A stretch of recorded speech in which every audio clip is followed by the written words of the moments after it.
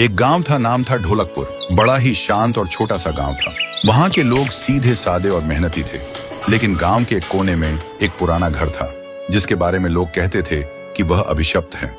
बुजुर्गों की माने तो उस घर में कोई आत्मा रहती है। कहते हैं कई साल पहले एक औरत, जिसका नाम चंपा था, इस घर में उसकी मौत हो गई। कुछ लोग कहते हैं कि उसने फांसी लगाकर मर गई, क्योंकि उसकी शादी जबरन नाम के एक बूढ़े आदमी से कर दी गई थी। तभी से गांव वालों ने उस घर को बंद कर दिया। लेकिन हर पूर्णिमा की रात को एक औरत की रोने की आवाज आती थी। कई बार किसी ने उस औरत को सफेद पोशाक में देखा। एक दिन गांव का एक नया लड़का अर्जुन, जो इन बातों को अंधविश्वास मानता था, उसने ठान लिया कि वह उस घर के पास रात बिताएगा। उस रात पूर्णिमा थी।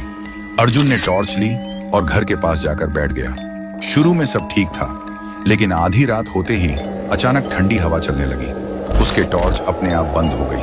तभी उसे किसी के कदमों की आहट सुनाई दी।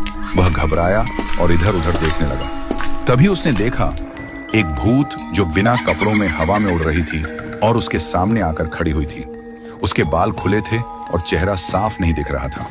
अर्जुन ने कांपते हुए पूछा, कौन हो तुम?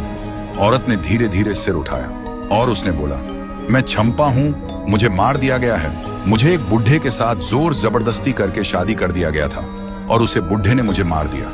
और अंत में कहा, मुझे न्याय चाहिए। और उसके बाद चंपा वहां से चल पड़ी। अर्जुन बेहोश हो गया और सुबह तक वह बेहोश पड़ा था।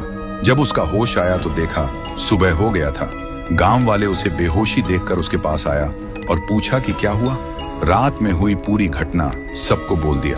उसके बाद अर्जुन ने गांव छोड़ दिया और कभी वापस नहीं आया।